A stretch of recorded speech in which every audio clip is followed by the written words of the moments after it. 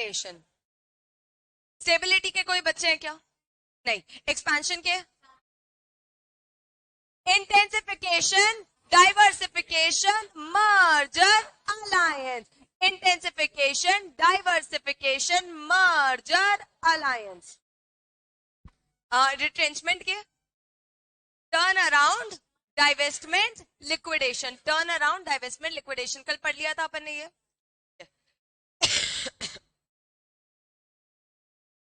Intensification में क्या क्या आता है? मार्केट पेनिट्रेशन, मार्केट डेवलपमेंट और प्रोडक्ट डेवलपमेंट। ये भी अपना हो चुका था। अब अपन पढ़ेंगे डाइवर्सिफिकेशन, मर्जर, अलायंस। आज करके अपन को टॉपिक्स कंप्लीट करने हैं फटाफट। निकाल लो जहां पर आप लोग रफ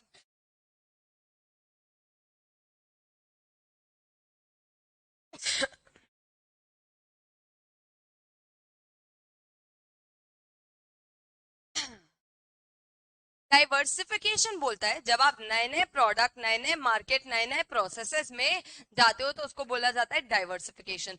डाइवर्सिफिकेशन किन तीन तरीकों से हो सकता है? ICC, ICC innovation, concentric diversification और कॉन्ग्लोमेरेट डाइवर्सिफिकेशन। कॉन्ग्लोमेरेट डाइवर्सिफिकेशन का मतलब है जब आप एकदम कंप्लीटली डिसजॉइंटेड बिजनेस में जाते हो, जो आपका एग्जिस्टिंग बिजनेस है, आपका एग्जिस्टिंग प्रोसेस है, आपका एग्जिस्टिंग टेक्नोलॉजी है, जब उससे कुछ अलग ही करते हो आप, तो उसको बोलते हैं कॉन्ग्लोमेरेट डाइवर्सिफिकेशन। उसको बोलते हैं कॉन्ग्लोमेरेट डाइवर्सिफिकेशन। जैसे अदानी ने एनडीटीवी अक्वायर जैसे अदानी ने एनडीटीवी अक्वायर किया था, ठीक है। जैसे आज सपोज एक्सेल अक्वायर कर लेता है एक्सिस जूस को, कोई लेना देना नहीं है, हम एजुकेशन बिजनेस में है, वो रेस्टोरेंट या हॉस्पिटैलिटी बिजनेस में है, बट एक्सेल ने अक्वायर कर लिया एक्सिस जूस को। ये क्या है? Completely unrelated diversification. Completely unrelated diversification मतलब कॉन्ग्लोमेरेट डाइवर्सिफिकेशन। कॉन्सेंट्रिक डाइवर्सिफिकेशन के बारे में एक लाइन लिखी है कि आप क्या करते हो? एग्जिस्टिंग मतलब आप क्या करते हो? आप रिलेटेड बिजनेस में एंटर करते हो। अच्छा, ये जो बिजनेस है वो किस सेंस में रिलेटेड है? तो बोलता है it is related to existing business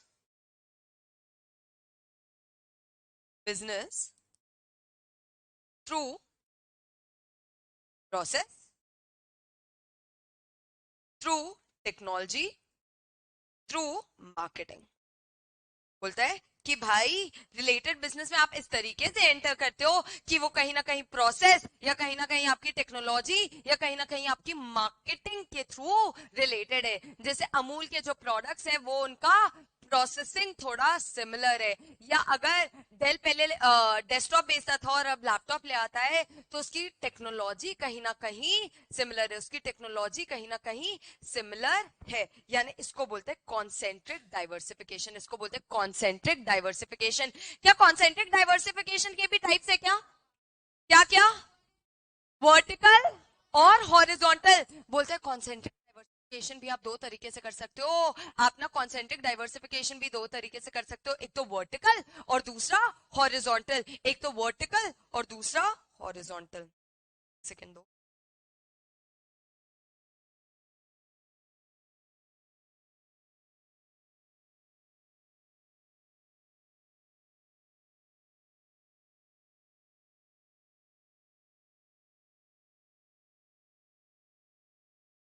हाँ जी, किस तरीके से कर सकते हो? वर्टिकल और हॉरिजॉन्टल। सुना? क्या वर्टिकल के भी दो तरीके हैं? क्या वर्टिकल के भी दो तरीके हैं? फॉरवर्ड और बैकवर्ड। क्या हो गया? क्या वर्टिकल के भी दो तरीके हैं? बैकवर्ड और फॉरवर्ड। वर्टिकल का मतलब है, अगर मैं सिंपल तो वर्टिकल का मतलब है आप सेम वैल्यू चेन लेते हो, बस आप दूसरे स्टेप्स में एंटर करते हो। आप सेम वैल्यू चेन या सेम सीक्वेंस के दूसरे दूसरे स्टेप्स में एंटर करते हो। जरा लिखना, vertical, horizontal, vertical, horizontal.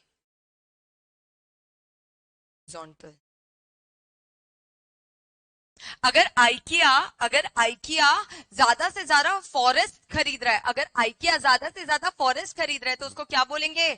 Backward integration, क्या बोलेंगे, बैकवर्ड इंटीग्रेशन। और वही चीज ये जो अमेजोन ने अपनी खुद की अमेजोन लॉजिस्टिक कंपनी ओपन कर ली, उसको क्या बोलेंगे, फॉरवर्ड इंटीग्रेशन। क्यों? क्योंकि अमेजोन पहले क्या कर रहा था, माल अपने वेयर हाउस में ला रहा था, और कस्टमर का जब ऑर्डर आ रहा था तो वो फेडेक्स के थ्रू या किसी ब्लू डार्ट जैसी कुरियर कंपनीज के थ्रू बेच रहा था। बट इवेंचुअली उसको रियलाइज हुआ कि ई कॉमर्स प्लेटफॉर्म क्यों, मैं लॉजिस्टिक्स में भी तो घुस सकता हूँ, क्योंकि मेरा सबसे बड़ा काम है उसको डिस्ट्रीब्यूट करना। तो उसने क्या किया, अमेजोन से अमेजोन लॉजिस्टिक्स कंपनी ओपन कर ली। अब अमेजोन लॉजिस्टिक कंपनी सिर्फ उन्हीं का माल डिलीवर नहीं करती है, बल्कि आप भी अपना माल डिलीवर करवा सकते हो थ्रू अमेजोन लॉजिस्टिक्स कंपनी। उन्होंने पूरा का पूरा लॉजिस्टिक्स कंपनी खोल ली है, जस्ट बिकॉज उन्होंने क्या किया, फॉरवर्ड इंटीग्रेशन। क्या किया, forward integration.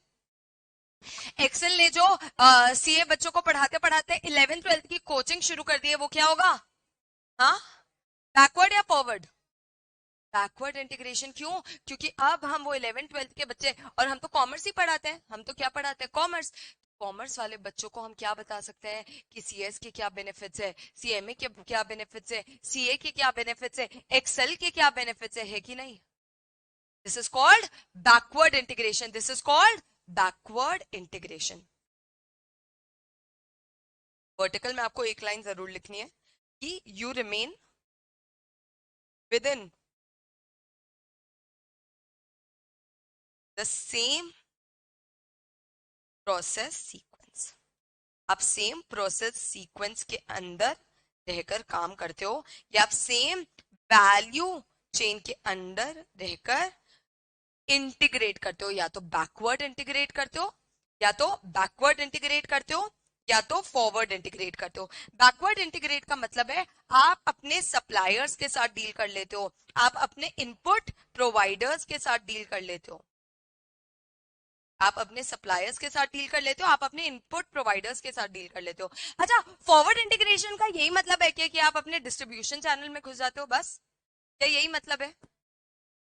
Suppose suppose Adani ने अंबुजा को अक्वायर किया, उसकी जगह अगर अंबुजा अदानी को अक्वायर कर लेता, तो वो अपने सीमेंट बिजनेस के लिए एक कस्टमर ढूंढ लिया है। उसने क्या किया, अपने सीमेंट बिजनेस के लिए एक कस्टमर ढूंढ लिया है।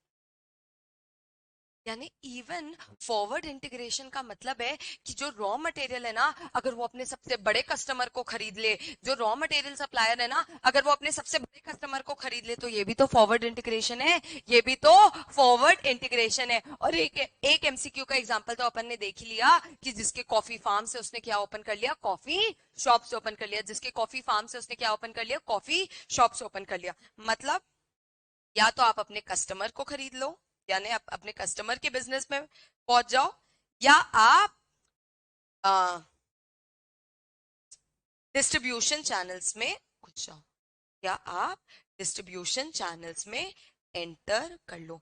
This is called forward and backward integration, जो किसके अंदर आता है, वर्टिकल इंटीग्रेशन के अंदर। किसके अंदर आता है, वर्टिकल इंटीग्रेशन। भूल मत जाना, हम पढ़ रहे हैं एक्सपेंशन, एक्सपेंशन के 4 बच्चे हैं, इंटेंसिफिकेशन, डाइवर्सिफिकेशन, मर्जर, अलायंस। उसमें हम पढ़ रहे हैं डाइवर्सिफिकेशन, जिसके 3 बच्चे हैं, आई सी सी इनोवेशन, कॉन्सेंट्रिक डाइवर्सिफिकेशन और कॉन्ग्लोमेरेट डाइवर्सिफिकेशन। कॉन्ग्लोमेरेट डाइवर्सिफिकेशन मतलब अनरिलेटेड बिजनेस, कॉन्सेंट्रिक डाइवर्सिफिकेशन मतलब रिलेटेड बिजनेस। नाम में ये कॉन्सेंट्रेट करना अपने सेम रिलेटेड बिजनेसेस में। कॉन्सेंट्रिक डाइवर्सिफिकेशन भी 2 तरीके से किया जा सकता है, वर्टिकल और हॉरिजॉन्टल। वर्टिकल और हॉरिजॉन्टल, वर्टिकल मतलब आप सेम सप्लाई चेन में वर्टिकली मूव करते हो, या तो बैकवर्ड या फॉरवर्ड। लेकिन हॉरिजॉन्टल का क्या मतलब है, हॉरिजॉन्टल का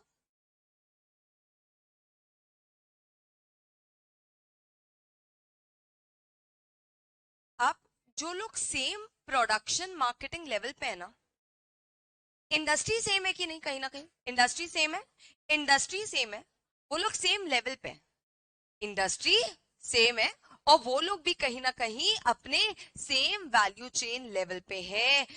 यानी आप या तो अपने कॉम्पिटिटर प्रोडक्ट को अक्वायर कर लो, या आपके कॉम्प्लीमेंट्री प्रोडक्ट को अक्वायर कर लो, या आपके बाय प्रोडक्ट को अक्वायर कर सकते हो। यानी अक्वायर करना, acquire similar business operating at same level of value chain.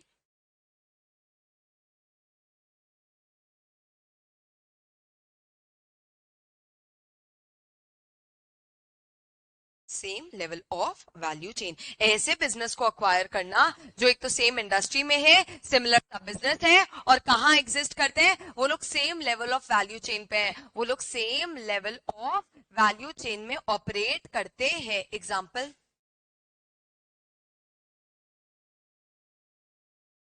Excel Elon को अक्वायर करने से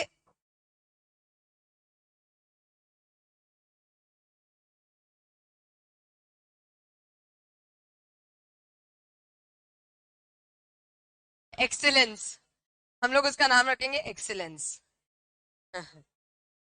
ओके, नहीं तो देखो, एक्सेल जो प्रोवाइड करता है और जो एलन प्रोवाइड करता है वो कंप्लीटली डिफरेंट थिंग्स है, वो कंप्लीटली डिफरेंट मार्केट स्कोप्स को प्रोवाइड करता है. आप ये बोल सकते हो कि वो दोनों एजुकेशन इंडस्ट्री में है, बट कहीं ना कहीं वो लोग कंप्लीटली डिफरेंट मार्केट्स को, कहीं ना कहीं कंप्लीटली डिफरेंट मार्केट्स के साथ डील करते हैं.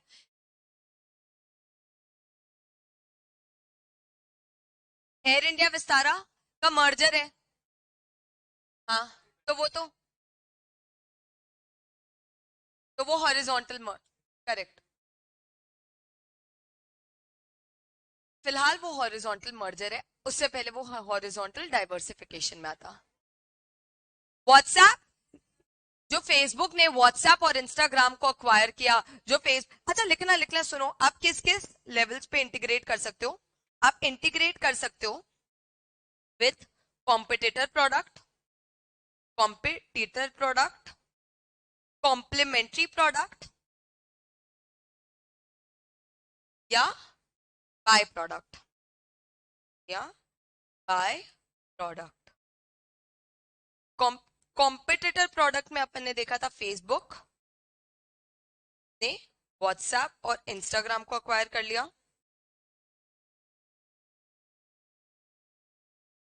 कॉम्प्लीमेंट्री में क्या एग्जांपल पढ़ा था, कुछ याद आ रहा है क्या? वो था बाय प्रोडक्ट. कॉम्प्लीमेंट्री में क्या पढ़ा था? गूगल, वो गूगल और Motorola is a vertical integration. बताती हूँ कैसे. हमने पढ़ा था जब गूगल ने यूट्यूब को अक्वायर किया था, जब गूगल ने यूट्यूब को अक्वायर किया था, 2006 की बात कर रही हूँ, 2006, तब YouTube was not a competitor of Google, but जो गूगल सर्च इंजन यूज करता था और जो यूट्यूब सर्च इंजन यूज करते थे वो बहुत कॉम्प्लीमेंट्री थे टू ईच अदर. वैसे एक एग्जांपल देती हूँ, सबको लिंक्डइन तो पता ही होगा, पता है? हाँ, वो मेजरली क्यों यूज होता है? जॉब ढूंढने के लिए, अपना प्रोफेशनल जर्नी बताने के लिए, अपनी प्रोफेशनल जर्नी बताने के लिए. अब जो माइक्रोसॉफ्ट ऑफिसेज हैं, जो माइक्रोसॉफ्ट ऑफिस के एप्लीकेशन है, सॉरी, वो भी कहीं ना कहीं आपके प्रोफेशनल जर्नी में, हाँ, माइक्रोसॉफ्ट एप्लीकेशंस भी आपके कहीं ना कहीं प्रोफेशनल जर्नी में.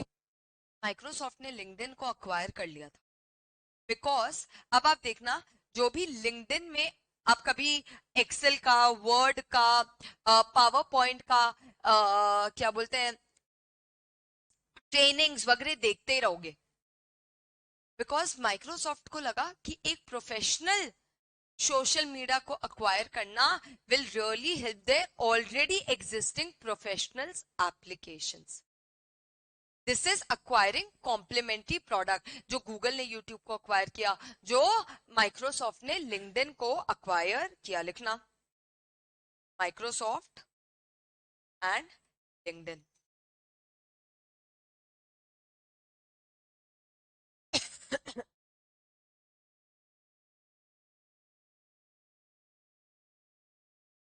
सन फार्मा, रैनबैक्सी पढ़ा था क्या? क्या किया उन्होंने? हॉरिजॉन्टल की वर्टिकल, हॉरिजॉन्टल की वर्टिकल, जरा जोर से बोलो यार. सन फार्मा भी एक दवाई बेचने वाली कंपनी है और रैनबैक्सी भी एक दवाई बेचने वाली कंपनी है. दे वर द बिगेस्ट कॉम्पिटिटर्स. पर सन फार्मा ने सोचा कि क्यों ना हम रैनबैक्सी को अक्वायर कर लेते हैं, हमारे बिगेस्ट कॉम्पिटिटर को अक्वायर कर लेते हैं. क्या क्या पढ़ चुके हैं? डाइवर्सिफिकेशन में हम पढ़े ICC, कॉन्ग्लोमेरेट डाइवर्सिफिकेशन और कॉन्सेंट्रिक डाइवर्सिफिकेशन अपन पढ़ चुके हैं. यार, इनोवेशन से भी एक्सपेंशन होता है क्या? 100%।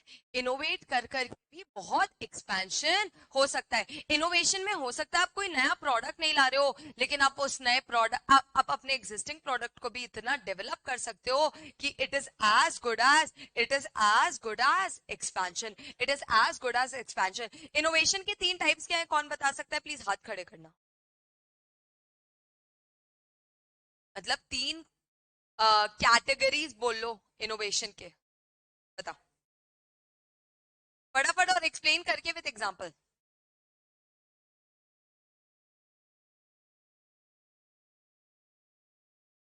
थोड़ा जोर से सबको सुनाई देना चाहिए। ठीक है, ठीक है, किसी का भी एग्जांपल नहीं बता सकते?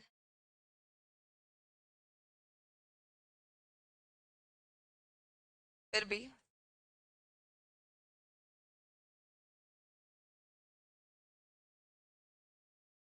कौन बता सकता है एग्जांपल?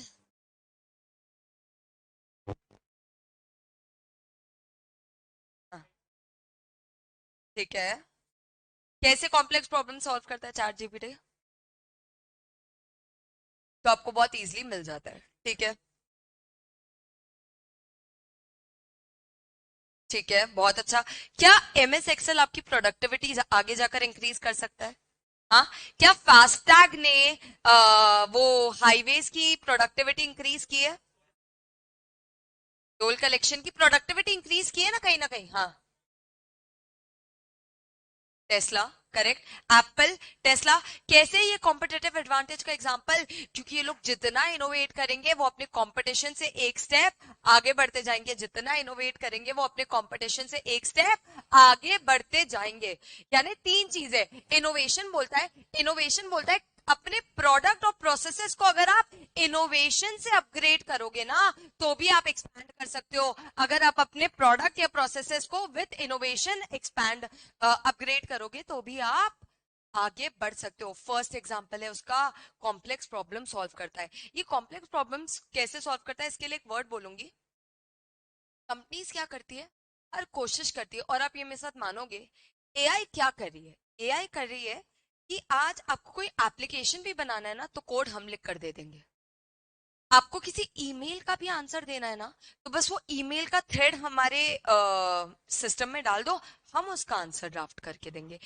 आप लोगों को कोई प्रोजेक्ट बनाना है, आप लोगों को एंकरिंग करनी है, आप लोगों को कोई कंटेंट लिखना है, आप लोगों को कोई आर्टिकल लिखना है, आप बस हमको बता दो, हम लिख कर दे देंगे। मतलब वो लोग क्या कर रहे हैं, कंज्यूमर सेंट्रिक सॉल्यूशंस ला रहे हैं। क्या करे, कंज्यूमर सेंट्रिक सोल्यूशन के टुवर्ड्स वर्क करे। कंज्यूमर सेंट्रिक सोल्यूशन के टुवर्ड्स वर्क करे। इससे क्या होता है, जो कंज्यूमर्स है उसके प्रॉब्लम्स बहुत इजीली सॉल्व हो जाता है। दूसरा है, इट इंक्रीजेस प्रोडक्टिविटी। यानी प्रोडक्टिविटी कैसे इंक्रीज करता है, तो बोलता है कुछ रेपिटेटिव टास्क को क्यों ना अपन ऑटोमेट कर दे, कुछ रेपिटेटिव टास्क को क्यों ना अपन ऑटोमेट कर दे। जैसे कि अगर आप एमएस एक्सेल में अ, कोई डेट लिखते हो, हाँ, कोई डेट लिखते हो, 7 तारीख आज। अब आपको नीचे उसका नेक्स्ट डेट चाहिए, फिर नीचे नेक्स्ट डेट चाहिए, फिर नीचे नेक्स्ट डेट चाहिए। आप क्या कर सकते हो, उसको सिर्फ ड्रैग कर सकते हो। आपको कहीं का डे चाहिए, सुनो, उस डेट के अगेंस्ट का डे चाहिए, तो एक फॉर्मूला है, बहुत इजीली उससे उस डेट के अगेंस्ट का डे आ जाता है। ये सब मेरे को क्यों पता है, मैं ये भी बताती हूँ। हम लोगों को मार्केटिंग कैंपेन्स करने पड़ते थे, और मार्केटिंग कैंपेन सबसे ज्यादा वर्क करते हैं संडेज को। क्यों? क्योंकि संडेज को सब ज्यादा फ्री रहते हैं इंस्टाग्राम चेक करने के लिए। अब मुझे हर संडे का डेट में कैलेंडर में ढूंढने से अच्छा है क्यों ना एक्सेल में डेट्स ट्रैक कर दूं, क्यों ना उसके अगेंस्ट का डे लिख दूं, और क्यों ना उसके अगेंस्ट मार्केटिंग कैंपेन लिख दूं। इसका मतलब है वो क्या करता है, आपकी प्रोडक्टिविटी इंक्रीज करता है, आपकी प्रोडक्टिविटी इंक्रीज करता है बाय ऑटोमेटिंग रेपिटेटिव टास्क। आप क्यों खुद डेट्स लिखोगे, मैं आपके रेपिटेटिव टास्क को ऑटोमेट कर देता हूं, या मैं आपके प्रोसेसेस को सिंप्लीफाई कर देता हूं। आपके प्रोसेसेस को सिंप्लीफाई कर देता हूं। अपन ने अमेजोन का वीडियो देखा है वेयर हाउस का, उसमें मैंने बोला था कि उनको कुछ दिमाग नहीं लगाना पड़ता, कहां से आइटम पिक करना है वो भी उनके सिस्टम में आ जाता है, बस उनको उसको डालना है। वो क्या था, वो जैसे रिक्लाइनर जैसा बेल्ट, उसमें डालना है, वो अपने आप ही पैकेजिंग एरिया में चले जाएगा, पैकेजिंग एरिया में जाकर उस उस आइटम के हिसाब से बॉक्स भी निकल कर आ जाएगा, और उस बॉक्स के हिसाब से आपका ये भी डिसाइड हो जाएगा कि एयर से जाना है, वाटर से जाना है, कि रोड ट्रांसपोर्टेशन जाना है। मतलब आप अपने प्रोसेस को इतना ज्यादा ऑटोमेट कर दो कि आपकी प्रोडक्टिविटी अपने आप, अपन को पता ही है यार, मैनुअल इंटरवेंशन जहां खत्म हो जाता है, जहां सब कुछ ऑटोमेटिक चीजें हो जाती है, वहां पर प्रोडक्टिविटी अपने आप इंक्रीज हो जाती है। और कॉम्पिटेटिव एडवांटेज के तो 10,000 पॉइंट्स है इनोवेशन को लेकर। अपन ने सुना ही है, हम जितना ज्यादा इनोवेट करेंगे, हम अपने कॉम्पिटिटर से उतना ही ज्यादा दूर जाते जाएंगे, मतलब उतना हमको कॉम्पिटिटिव एडवांटेज मिलते जाएगा। फटाफट लिखना है इनोवेशन में 3 पॉइंट है।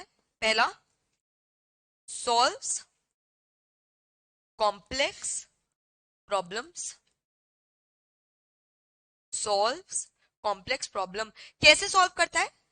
कंज्यूमर या कस्टमर सेंट्रिक, क्या था, CCSS, sustainable solution. CCSS, sustainable solutions लाकर। Example chat GPT. नेक्स्ट क्या करता है? Increases productivity.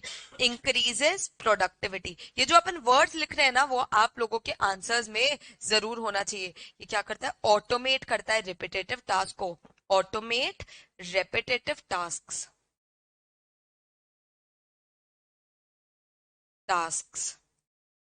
और सिंप्लीफाई करता है लॉन्ग चेन ऑफ प्रोसेस को। Simplify long processes. और लास्ट है कि ये अपने को कॉम्पिटिटिव एडवांटेज देता है। लास्ट है, ये अपने को कॉम्पिटिटिव एडवांटेज देता है।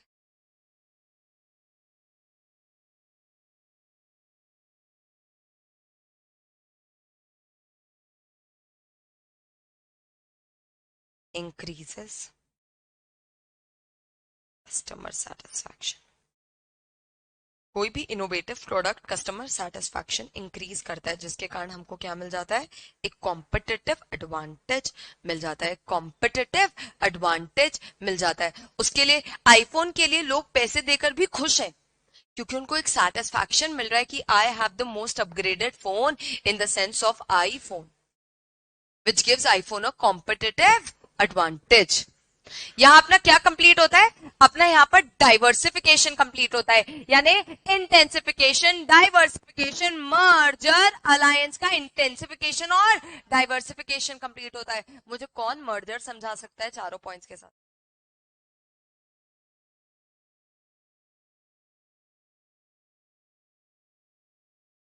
अक्वायर कर लेना। तो फिर एक्विजिशन क्या होता है?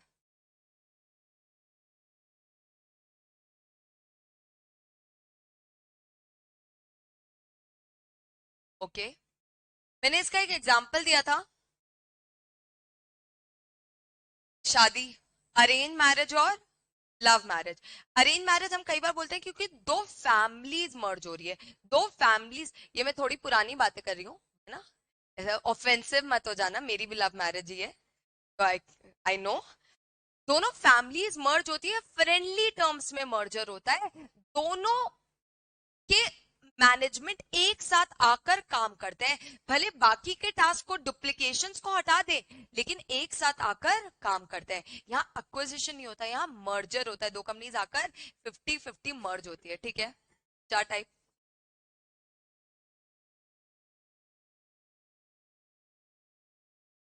बहुत सुंदर,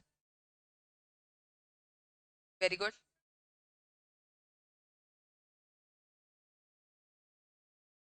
very good,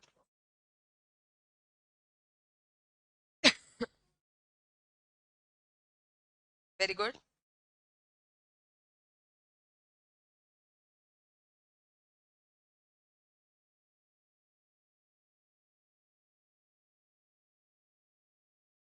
very good, clapping यार।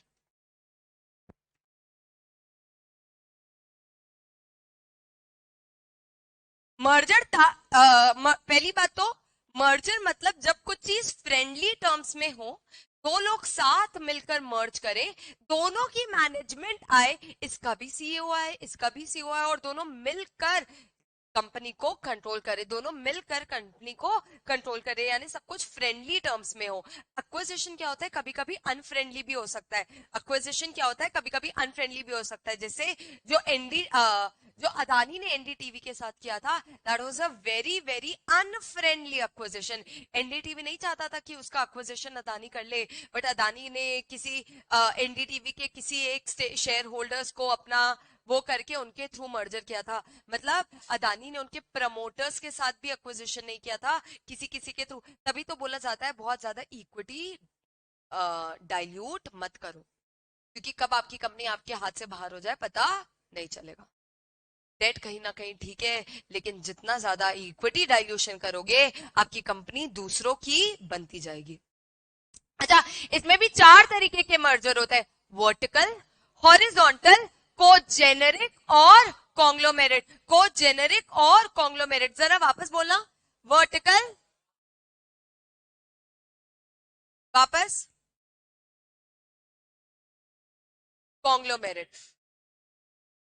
हॉरिजॉन्टल का सिंपल, जब आप अपने कॉम्पिटिटर प्रोडक्ट के साथ मर्ज कर लेते हो, कॉम्पिटिटर कंपनी के साथ मर्ज कर लेते हो, इससे क्या होता है, उनकी इकोनॉमीज ऑफ स्केल बढ़ जाती है कि नहीं। आज पीवीआर के पास 700 सिनेमा हॉल्स होंगे, आइनॉक्स के पास 700 सिनेमा हॉल्स होंगे, बट अब इनके पास मिलाकर 1400 सिनेमा हॉल्स हैं। अच्छा, इनकी अलग फाइनेंस टीम होगी, इनकी अलग फाइनेंस टीम होगी, इनकी अलग मार्केटिंग टीम होगी, इनकी अलग मार्केटिंग टीम होगी। अब क्या अलग अलग मार्केटिंग फाइनेंस टीम की जरूरत है क्या? हो सकता है 10 की जगह 15 एम्प्लॉइज लगे, लेकिन सारे 20 की 20 एम्प्लॉइज रिक्वायर्ड नहीं होंगे, यानी जो भी डुप्लीकेशन ऑफ फंक्शन है उसको भी हटाया जा सकता है। आप बेटर नेगोशिएटिंग पावर में आ जाते हो अपने सप्लायर्स के साथ भी और अपने बायर्स के साथ भी, यानी हॉरिजॉन्टल मर्जर के तो फायदे ही फायदे हैं। आप अपने कंपटीशन के अगेंस्ट बहुत बड़ा, पीवीआर आइनॉक्स तो मर्ज ही इसलिए हुआ था ताकि ओटीटी प्लेटफॉर्म्स के साथ डील कर सके। वर्टिकल मर्जर मतलब वही सेम इंडस्ट्री में, लेकिन जो सप्लाई चेन है वो कहीं ना कहीं अलग है, जो सप्लाई चेन के स्टेप्स है वो कहीं ना कहीं अलग है। आप बैकवर्ड भी कर सकते हो और आप फॉरवर्ड मर्जर भी कर सकते हो, जैसे डिज्नी पिक्सार ने किया था। डिज्नी पिक्सार का एग्जांपल पढ़ा है क्या अपन ने? हाँ, आपको पता है, आपको वो,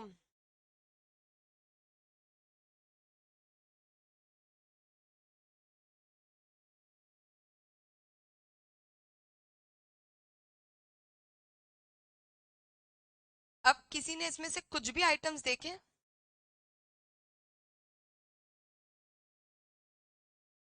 एक आधी, दो तीन? कौन कौन एनिमेटेड मूवीज देखता है? अभी नहीं देखते हो, पहले देखते थे? अभी भी देखते हो, ठीक है। अरे भाई ये है ना, मतलब डिज्नी पिक्सार की मूवीज है ना, ये बॉलीवुड के 50 मूवीज से भी ज्यादा कमा लेती है कभी कभी एनिमेटेड सेगमेंट में। तो पिक्सार अपनी खुद की मूवीज भी प्रोड्यूस करती है, but I am telling you, जो पिक्सार का मेन चीज है ना, दैट इज एनिमेशन। पिक्सार के जो एनिमेटेड कैरेक्टर्स है, जो पिक्सार एनिमेटेड कैरेक्टर्स लेकर आती है, वो कुछ अलग ही है। और डिज्नी का कोर है प्रोडक्शन एंड डिस्ट्रीब्यूशन। डिज्नी का कोर है प्रोडक्शन और डिस्ट्रीब्यूशन। अगर डिज्नी पिक्सार के साथ मर्ज कर लेता है, तो पिक्सार का जो एनिमेटेड कैरेक्टर्स है वो डिज्नी को कितने सस्ते में मिल जाएगा, जिसको वो प्रोड्यूस करके क्या कर सकता है, डिस्ट्रीब्यूट। कहीं ना कहीं अगर पिक्सार प्रोड्यूस भी कर रही है तो वो क्या कर सकता है, डिस्ट्रीब्यूट। यानी पिक्सार के लिए हो गया ये फॉरवर्ड इंटीग्रेशन, वहीं पर डिज्नी के लिए क्या हो गया, बैकवर्ड इंटीग्रेशन। वहीं पर डिज्नी के लिए क्या हो गया, बैकवर्ड इंटीग्रेशन। वर्टिकल मर्जर का सिंपल मतलब है, आप जब same value chain supply, same value chain वाली कंपनीज के साथ मर्ज कर लेते हो, या तो बैकवर्ड या फॉरवर्ड। कॉन्ग्लोमेरेट तो बहुत ही आसान है, अनरिलेटेड बिजनेस जब मर्ज कर लेते हैं, जैसे कि टाटा स्काई। कोजेनरिक मर्जर बहुत अच्छा है। कोजेनरिक मर्जर है मतलब, आज सपोज डीटीआईडीटी, अरे कोई टीचर का ही एग्जांपल ले लो। आज मैं सपोज एसएम पढ़ा रही हूँ, और अगर मेरा फियोंसे कोई लॉ जैसा कोई सब्जेक्ट पढ़ा रहा होता, तो हम भी क्या कर सकते हैं, कोजेनरिक मर्जर कर सकते हैं। हम भी एक एजुकेशनल इंस्टीट्यूट खोल सकते हैं, है कि नहीं? दो सब्जेक्ट तीन सब्जेक्ट से भी आज लोग पूरा का पूरा एजुकेशनल इंस्टीट्यूट खोल लेते हैं। मतलब मेरे कस्टमर्स और उसके कस्टमर्स कहीं ना कहीं सेम है, बस क्या है प्रोडक्ट डिफरेंट है, बस क्या है प्रोडक्ट थोड़ा डिफरेंट है। अगर हम लोग कोजेनरिक मर्जर कर लेते हैं, अगर हम लोग कोजेनरिक मर्जर कर लेते हैं तो उसका भी फायदा है और मेरा भी फायदा है। अगर आज आप लोग बड़े होकर डीटी की प्रैक्टिस ओपन करते हो, कोई आईडीटी की प्रैक्टिस ओपन करते हो और आप दोनों को जेनरिक मर्जर कर लेते हो तो आप दोनों का फायदा है। आपको उसके क्लाइंट्स मिल जाएंगे, उसको आपके क्लाइंट्स मिल जाएंगे। यानी को जेनरिक मर्जर मतलब कहीं ना कहीं सेम इंडस्ट्री है, कहीं ना कहीं सेम कस्टमर है, कहीं ना कहीं सेम मार्केट है। आपका प्रोडक्ट लाइन क्या होता है, एक्सटेंड हो जाता है। आपका प्रोडक्ट लाइन क्या होता है, एक्सटेंड हो जाता है। लिखेंगे फटाफट। मर्जर,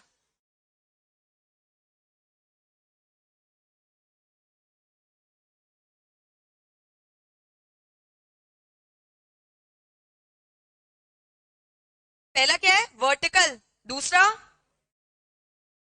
सबकी आवाज नहीं आ रही है, फिर हॉरिजॉन्टल की स्पेलिंग कुछ ज्यादा ही गलत लिख रही हूँ, सही लिख रही हूँ।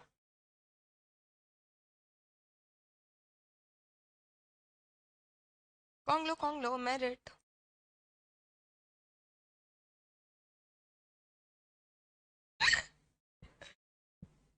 वर्टिकल मतलब अगेन जब आप सेम प्रोडक्शन मार्केटिंग साइकिल के डिफरेंट लेवल्स पे हो, आप सेम वैल्यू चेन के डिफरेंट लेवल्स पे हो। सेम प्रोडक्शन मार्केटिंग, मैं आपको ना बस दूसरे डिफरेंट डिफरेंट वर्ड्स दे रही हूँ सेम चीज का।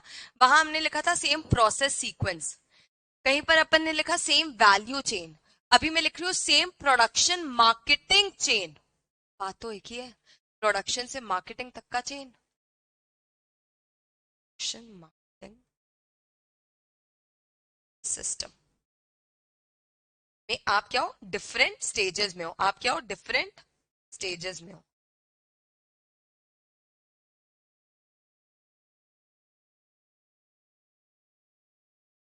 डिफरेंट स्टेजेस की कंपनी मर्ज। अब इसमें भी क्या क्या हो सकता है, बैकवर्ड और फॉरवर्ड। बैकवर्ड मतलब सप्लायर्स या इनपुट प्रोवाइडर्स, फॉरवर्ड मतलब आपके कस्टमर्स या आपका डिस्ट्रीब्यूशन चैनल, आपके कस्टमर्स या आपका डिस्ट्रीब्यूशन चैनल। यहां क्या लिखोगे, मर्जर विथ कॉम्पिटिटर कंपनी।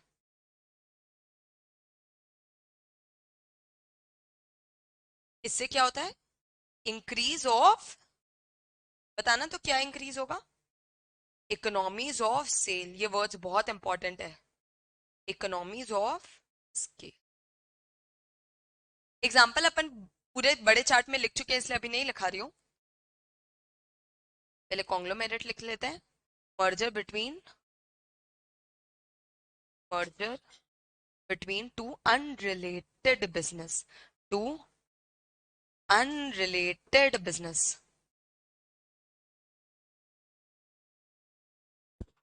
और को जेनरिक में लिखना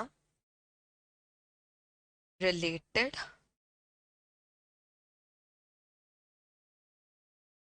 प्रोडक्शन प्रोसेस या रिलेटेड बिजनेस मार्केट्स, या तो आपके मार्केट सेम हो या टेक्नोलॉजी सेम हो। इससे आपका जो करंट बिजनेस प्रोडक्ट लाइन है वो एक्सटेंड हो जाता है, extension of current business lines. आपका जो आपका अब आपको क्या हो रहा है, डीटी के साथ साथ आईडीटी भी अब आपके अंडर आ गया, डीटी के साथ साथ आईडीटी भी आपके अंडर आ गया, product line sorry, business lines नहीं प्रोडक्ट। डीटी के साथ साथ आईडीटी भी अब आपके अंडर आ गया।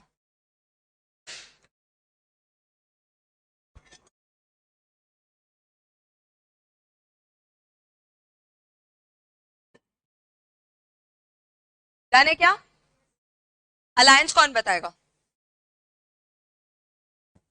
अलायंस में पहले मर्जर और अलायंस के बीच का डिफरेंस और फिर अलायंस के टाइप्स। एक एक लाइन का डिफरेंस बस, कि एक्चुअल डिफरेंस है क्या मर्जर और अलायंस में।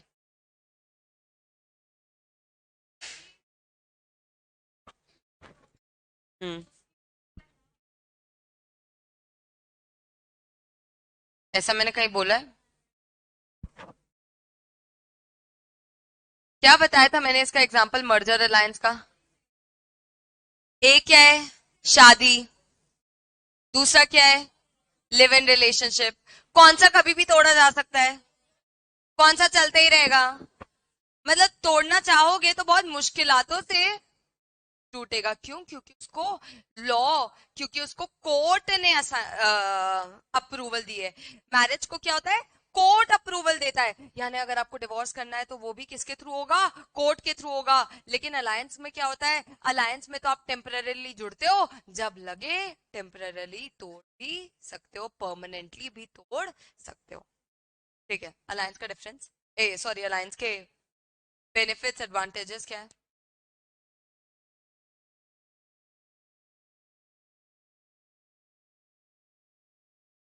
हम्म।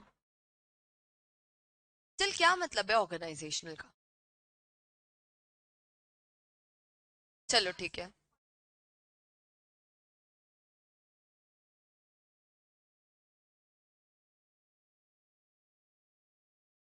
ठीक है। ओके। ठीक है, ठीक है।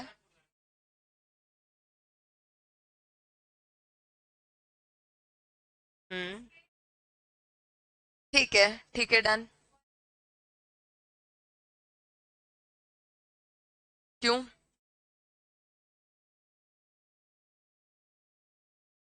हम्म। सप्लायर्स से इजी। ठीक है।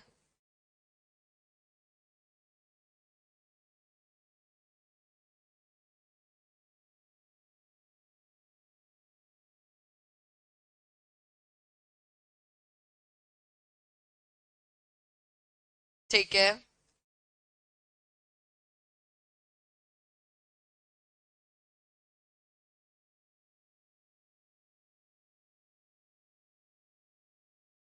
ग्रो कर रहा है, करेक्ट है। ठीक है। चलो, बहुत अच्छा। क्लैपिंग यार। तुम लोग थोड़ा ना बोलो, नहीं तो कुछ करोगे नहीं। सुनो, पहले मर्जर और अलायंस के बीच सबसे बड़ा डिफरेंस यही है कि merger is approved by the court. Merger में जब दो कंपनीज मर्ज होती है ना, तो उनकी बैलेंस शीट भी मर्ज हो जाती है, उनका कैश फ्लो भी मर्ज हो जाता है, उनका प्रॉफिट एंड लॉस स्टेटमेंट भी मर्ज हो जाता है। आप लोग कंसोलिडेशन पढ़े हो क्या? पढ़ लियो? हाँ। तो वो कब होता है? जब दो कंपनीज मर्ज करती है। बट आप कभी नहीं देखोगे कि मैकडोनल्ड्स और कोको कोला का साथ में पीएनएल आ रहा है, साथ में बैलेंस शीट आ रहा है। क्यों? क्योंकि उन्होंने बस एक टेम्पररी अग्रीमेंट किया है। जब लगेगा वो अग्रीमेंट को तोड़ा भी जा सकता है, जब लगेगा तब वो अग्रीमेंट को तोड़ा भी जा सकता है। मतलब ये कंपनीज आज भी सेपरेट है, इनकी आइडेंटिटीज आज भी सेपरेट है। बस ये लोग स्ट्रैटेजिकली अलायंस कर रहे हैं ताकि दोनों को कुछ ना कुछ फायदे हो सके। इसके चार एडवांटेजेस है, सुनना। स्ट्रैटेजिक, सॉरी, अलायंसेस के चार एडवांटेजेस है। पहला है ऑर्गेनाइजेशनल, दूसरा है इकोनॉमिक, तीसरा है स्ट्रैटेजिक और चौथा है पॉलिटिकल। पॉलिटिकल तो बहुत ही आसान है कि जब भी कोई फॉरेन कंपनी लोकल, जैसे किसी लोकल मार्केट में आना चाहती है, जैसे लग्जरी ब्रांड्स अगर इंडिया आना चाहती है, तो वो क्या कर सकती है? वो रिलायंस रिटेल के साथ अलायंस कर सकती है। उससे क्या होता है? रिलायंस रिटेल को तो फायदा होता ही होता है, बट उनको इजी एंट्री मिल जाती है इंडिया में। प्लस वो एक ऐसी कंपनी के साथ जुड़ रही है जैसे कि रिलायंस रिटेल, जिसका ऑलरेडी बहुत नाम है, तो उनको क्या होता है? इस नाम का भी फायदा होता है। This is called political alliance, this is called political alliance. अच्छा, ऑर्गेनाइजेशनल अलायंस में क्या होता है? तो ऑर्गेनाइजेशनल अलायंस में ना, आप लोगों को उनके ऑर्गेनाइजेशन की चीजों का बेनिफिट होता है। जैसे आपको उनके डिस्ट्रीब्यूशन चैनल का बेनिफिट हो सकता है, आपको उनके सप्लायर्स का बेनिफिट हो सकता है, आपको उनके डिस्ट्रीब्यूशन चैनल, सॉरी, उनके वैल्यू चेन का बेनिफिट हो सकता है। जो चीज मैकडॉनल्ड्स और कोको कोला में हुआ, कोको कोला को बहुत बड़ा बेनिफिट हुआ मैकडॉनल्ड्स के स्टोर्स का, उनको क्या हुआ, एक एक्स्ट्रा डिस्ट्रीब्यूशन चैनल मिल गया, उनको एक एक्स्ट्रा डिस्ट्रीब्यूशन चैनल मिल गया। तीसरा है इकोनॉमिकल। इकोनॉमिकल का तो मतलब ये है जहां पर आपकी इकोनॉमीज ऑफ स्केल बढ़ जाए, जहां पर आपकी इकोनॉमीज ऑफ स्केल बढ़ जाए। टाटा स्टारबक्स में क्या हुआ कि स्टारबक्स को टाटा का नाम मिला, ये पॉलिटिकल में भी आ सकता है बाय द वे, स्टारबक्स को टाटा का नाम मिला। अब टाटा की खुद की भी कॉफी प्लांटेशन है। जो टाटा और स्टारबक्स का अलायंस है ना, वो पूरे के पूरे टाटा ग्रुप के साथ नहीं है, वो टाटा कॉफी लिमिटेड के साथ है, वो टाटा कॉफी लिमिटेड के साथ है। मतलब अगर स्टारबक्स के साथ वो अलायंस नहीं करती तो कहीं ना कहीं से स्टारबक्स इंडिया तो पहुंचती, स्टारबक्स के लिए बहुत बड़ा मार्केट है इंडिया, लेकिन वो किससे compete कर रही होती, टाटा कॉफी के साथ compete कर रही होती। उससे अच्छा टाटा कॉफी ने क्या किया, खुद के सीसीडी वगैरह खोलने से अच्छा है उसने स्टारबक्स के साथ अलायंस कर लिया। अब उसके कॉफी के लिए एक वेंडर भी मिल गया है, सॉरी, अब एक उसकी कॉफी के लिए एक कस्टमर भी मिल गया है, और स्टारबक्स को टाटा का नाम भी मिल गया है। मतलब दोनों की इकोनॉमीज ऑफ स्केल कहीं ना कहीं बढ़ गए हैं। इवन आज टाटा इंडिया के स्टारबक्स को तो सोर्स करता ही है, बाहर के सारे आधे से ज्यादा स्टारबक्स को टाटा ही सोर्स करता है। क्यों? क्योंकि उसका बहुत अच्छा अलायंस ऑलरेडी इंडिया में सेट है। और लास्ट है स्ट्रैटेजिक। अब मैं स्ट्रैटेजिक का आज ही एक एग्जांपल पढ़ रही थी। आप लोग को मारुति तो पता ही होगा, है ना? आप लोग को टोयोटा पता है? आप लोग को पता है इनके बीच एक अलायंस है? किसी को पता है क्या अलायंस है? अपना R&D शेयर करते हैं, अपना इनोवेशन शेयर करते हैं, और ईवी हाइब्रिड जो मॉडल्स है वो शेयर किया है। इवन आई टेल यू, आप देखना, मारुति, सुनो, मारुति टोयोटा कोलैबोरेशन कार्स, ठीक है? अब जो मारुति की बलिनो है, मारुति की जो बलिनो है जो मैं चलाती हूँ, हाँ, और जो टोयोटा की ग्लेंजा है, वो एग्जैक्टली सेम है, थोड़े बहुत लुक फील में डिफरेंस होगा, बाकी वो एग्जैक्टली सेम है। क्यों? क्योंकि वो मारुति ही बनाता है, वो बनाता भी मारुति है, उसकी सिर्फ रीब्रांडिंग करता है टोयोटा, उसकी सिर्फ रीब्रांडिंग करता है टोयोटा। अच्छा, इससे फायदा टोयोटा का तो फायदा यही समझ आ रहा है, ठीक है, कि उसको सिर्फ कार में अपना नाम लगाना है। वही चीज जो टोयोटा कुछ कार्स बनाती है वो मारुति अपने नाम से यूरोपियन मार्केट्स में बेचता है। मारुति इंडिया में तो बहुत फेमस है लेकिन आउटसाइड इंडिया इतना फेमस नहीं है। यानी टोयोटा जो कार्स यूरोपियन मार्केट में बना रही है उसमें अब मारुति को ज्यादा दिमाग नहीं लगाना, मारुति को सिर्फ अपनी ब्रांडिंग करनी है उस कार में, और अब वो अपनी कार्स यूरोपियन मार्केट्स में बेच सकता है विदाउट चेकिंग कि यूरोपियन मार्केट्स में कैसी कारें चलती है, किस तरीके की कारें चलती है और क्या सीन है। टोयोटा और मारुति का बहुत सालों से, अभी नहीं, 1984 या 1980 से उनका ये अलायंस है कि टोयोटा और मारुति अपने एक दूसरे की कार का रीब्रांडिंग करेगी, अपना R&D भी शेयर करेगी। यानी this is a very good example जहां पर राइवल्स एक दूसरे के साथ कंपीट करने की जगह एक साथ आ जाते हैं, अपना R&D शेयर करते हैं, अपने इनोवेशन शेयर करते हैं, अपने टेक्नोलॉजी शेयर करते हैं। जरा एग्जाम्पल लिख लेना तो ये Maruti Toyota alliance, Maruti Toyota alliance.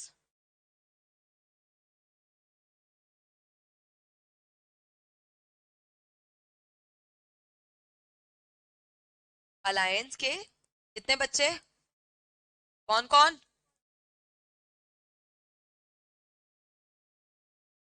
यार अपन क्या पढ़ रहे हैं चैप्टर नंबर 4 में? क्या पढ़ रहे हैं? Broad strategies. कौन कौन सी 4 ब्रॉड स्ट्रैटेजीज होती है? Stability, expansion, retrenchment, combination. Stability के कोई बच्चे हैं क्या? हाँ, बताना तो। न्यू मार्केट्स, न्यू प्रोडक्ट्स किसमें होता है, स्टेबिलिटी या एक्सपेंशन? हाँ, कौन सा कम पॉपुलर है, स्टेबिलिटी या एक्सपेंशन? अच्छा, स्टेबिलिटी के कोई नए बच्चे नहीं है लेकिन एक्सपेंशन के कोई बच्चे हैं क्या? हाँ, क्या? Intensification, diversification, merger, alliance. Intensification में क्या क्या आता है? Market penetration, market development, product development. Market penetration, market development, product development. Diversification में क्या क्या आता है? ICC, ICC. Innovation, concentric diversification, conglomerate diversification. Concentric diversification में आते हैं वर्टिकल और हॉरिजॉन्टल, वर्टिकल और हॉरिजॉन्टल के अंदर आते हैं क्या बैकवर्ड फॉरवर्ड? नहीं, वर्टिकल के अंदर आते हैं बैकवर्ड या फॉरवर्ड। फिर इनोवेशन में भी ना तीन चीजें कवर होती है। इनोवेशन बोलता है हम कॉम्प्लेक्स प्रॉब्लम सॉल्व करेंगे, हम आपके लिए प्रोडक्टिविटी इंक्रीज करेंगे और हम आपको कुछ कॉम्पिटेटिव एडवांटेज देंगे। फिर आता है मर्जर, मर्जर बोलता है मैं भी थोड़ा सिमिलर सा हूं, मर्जर के भी चार बच्चे हैं, वर्टिकल, हॉरिजॉन्टल, कोजेनेरिक और कॉन्ग्लोमेरेट। वर्टिकल, हॉरिजॉन्टल, कोजेनेरिक और कॉन्ग्लोमेरेट। लास्ट है अलायंस, अलायंस बोलता है मेरे भी चार बच्चे हैं, ऑर्गेनाइजेशनल, इकोनॉमिक, स्ट्रैटेजिक और पॉलिटिकल। लास्ट पॉइंट है, फटाफट लिखेंगे। ऑर्गेनाइजेशनल, अच्छा सेपरेट आइडेंटिटीज किसमें रहती है, मर्जर या alliance?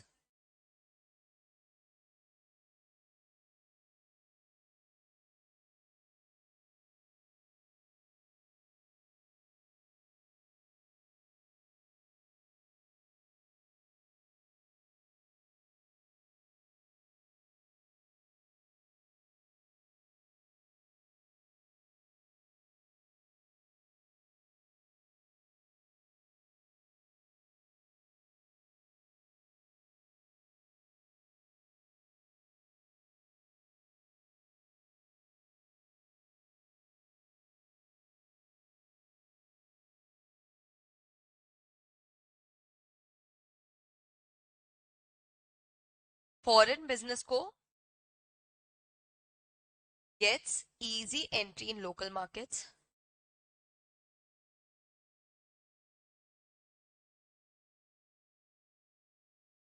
strategic, rivals, cooperate rather than compete,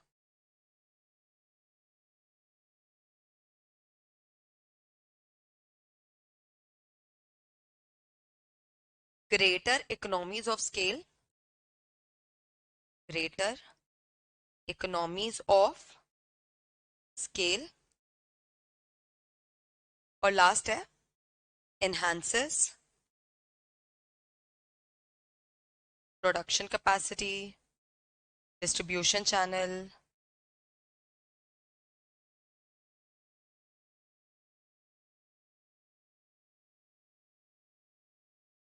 और extends supply chain।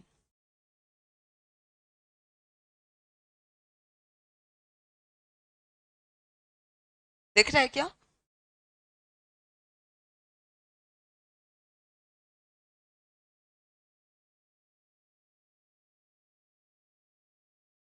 और extends supply chain।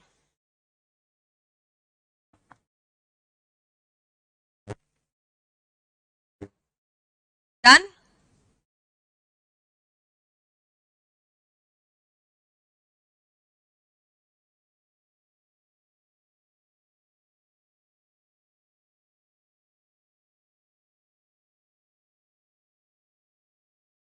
अच्छा अब अपने पास 3 ही मिनट बचा है, ठीक है?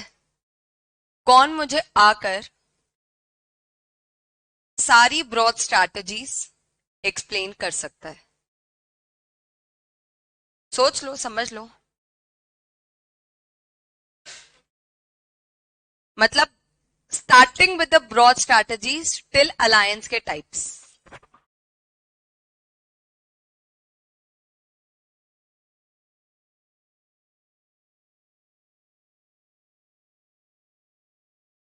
कौन कर सकता है? सिर्फ एक ही लड़की हाथ खड़ा करी है, वो दूसरी, और कोई भी नहीं समझा सकता।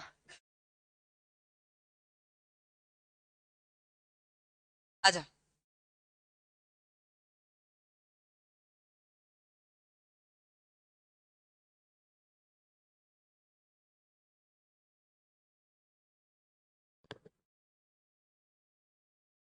चार ब्रॉड स्ट्रैटेजीज है, स्टेबिलिटी, एक्सपेंशन, रिट्रेंचमेंट और कॉम्बिनेशन। स्टेबिलिटी में एग्जिस्टिंग मार्केट्स और एग्जिस्टिंग प्रोडक्ट्स में रहते हैं, थोड़ा बहुत माइनर सा इम्प्रूवमेंट करते हैं। देन एक्सपेंशन में अपने प्रोडक्ट, अपने बिजनेस को ग्रो करने की कोशिश करते हैं। स्टेबिलिटी लेस पॉपुलर है, लेस इन्वेस्टमेंट का जरूरत है। और एक्सपेंशन में मोर इन्वेस्टमेंट है, मोर रिस्क है और ज्यादा पॉपुलर है।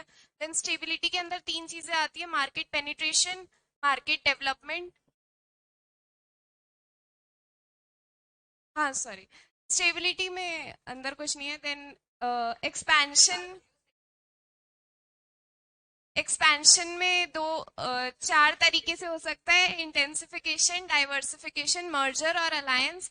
इंटेंसिफिकेशन में तीन तरीके से एक्सपैंड कर सकते हैं, मार्केट पेनिट्रेशन, मार्केट डेवलपमेंट और प्रोडक्ट डेवलपमेंट। मार्केट पेनिट्रेशन में सेम प्रोडक्ट और सेम मार्केट ही रहता है, थोड़ा बहुत चेंजेस करके मार्केट में और ज्यादा अपने प्रोडक्ट को लाने की कोशिश करते हैं। देन प्रोडक्ट डेवलपमेंट में मार्केट कस्टमर सेम रहते हैं बट अपने प्रोडक्ट को डेवलप करते हैं। एंड प्रोडक्ट डेवलपमेंट में मार्केट डेवलपमेंट में प्रोडक्ट सेम रहता है लेकिन उसको नए नए मार्केट्स में ले जाने की कोशिश करते हैं, जैसे कि फॉरेन मार्केट हो गया। उसके बाद में इंटेंसिफिकेशन। डाइवर्सिफिकेशन में तीन तरीके से डाइवर्सिफाई कर सकते हैं, कॉन्ग्लोमेरेट, कॉन्सेंट्रिक, इनोवेशन। कॉन्सेंट्रिक में वर्टिकल डाइवर्सिफिकेशन हो सकता है और हॉरिजॉन्टल डाइवर्सिफिकेशन हो सकता है। देन वर्टिकल में आइदर फॉरवर्ड इंटीग्रेशन और बैकवर्ड इंटीग्रेशन। बैकवर्ड इंटीग्रेशन में अपने सप्लायर्स के साथ बैकवर्ड इंटीग्रेशन में अपने सप्लायर्स को अपने सप्लायर्स के साथ को अक्वायर कर लेते हैं। एंड फॉरवर्ड इंटीग्रेशन में अपने डिस्ट्रीब्यूशन चैनल्स में अपने एंट्री करते हैं। देन कॉन्ग्लोमरेट में एकदम डिफरेंट प्रोडक्ट लाइंस में जाना, और इनोवेशन में मे बी सिमिलर प्रोडक्ट्स में रह के जो कॉम्प्लेक्स प्रॉब्लम्स है उनको सॉल्व करते हैं या फिर प्रोडक्टिविटी इंक्रीज करने की कोशिश करते हैं जिससे कि कॉम्पिटिटिव एडवांटेज भी मिल सकता है। देन मर्जर में चार टाइप के मर्जर होते हैं, वर्टिकल, हॉरिजॉन्टल, कोजेनरिक और कॉन्ग्लोमरेट मर्जर। और फिर एक्विजिशन भी चार टाइप के होते हैं, ऑर्गेनाइजेशनल, अलायंस। अलायंस चार टाइप के होते हैं, और ऑर्गेनाइजेशनल, पॉलिटिकल, इकोनॉमिकल और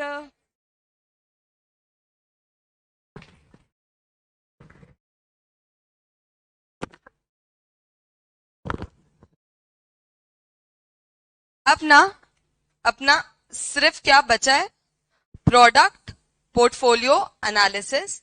वो अपन कल आई थिंक 5 to 10 मिनट्स में डिस्कस कर लेंगे। उसमें मुझे मेन आप लोगों के साथ एरियल मैट्रिक्स का डोमिनेंट, स्ट्रॉन्ग, फेवरेबल, टेनेबल और वीक डिस्कस करना है। That is it.